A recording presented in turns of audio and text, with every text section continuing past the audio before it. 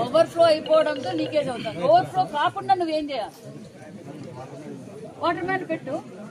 నేను డబ్బులు ఉన్నాయి కదా సార్ ఇవ్వడం కదా, మీకు ఫండ్స్ ఇస్తున్నారు కదా, మరి పెట్టచ్చు కదా.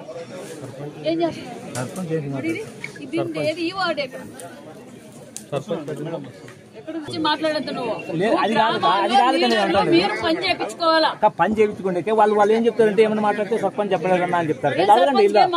వాళ్ళు చెప్తారు అట్లా. కనీసం వాటర్ దాంట్లో కూడా డబ్బులు శానిటేషన్ కి చెప్పేదినండి. శానిటేషన్ కి ఈ వార్డు ఎక్కడ?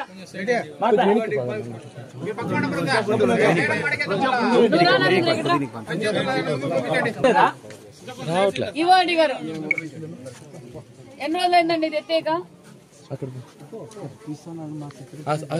సెక్రటరీ మీద ఈఓఆర్డీ కాదు, ఈవార్తో రెస్పాన్సిబిలిటీ పర్సన్. మండలం అంతా ఇట్లే ఉంది.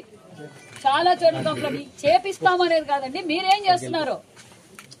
ఏం నిధులు లేవా? శానిటేషన్ వర్క్ లేవా నిధులు? మరి ఏం చేస్తున్నారు?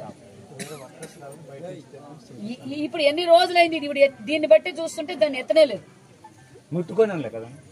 మరి ఏం చేస్తున్నారు మీరు? ఇప్పుడు మేము సర్పంచ్ నిధులు ఇస్తున్నాము, మీరు చేయించడానికి ఏంటి మీ ప్రాబ్లం? మీ దృష్టికి రాలేదా? మీరు ఎన్ని గ్రామాలు తిరిగారు ఈ వార్డుగా? మరి ఏ పంచాయతీ తిరిగారు? ఈ పంచాయతీకి ఎప్పుడు వచ్చారు? మళ్ళీ రిపీట్ కాకూడదు చెప్తున్నాను.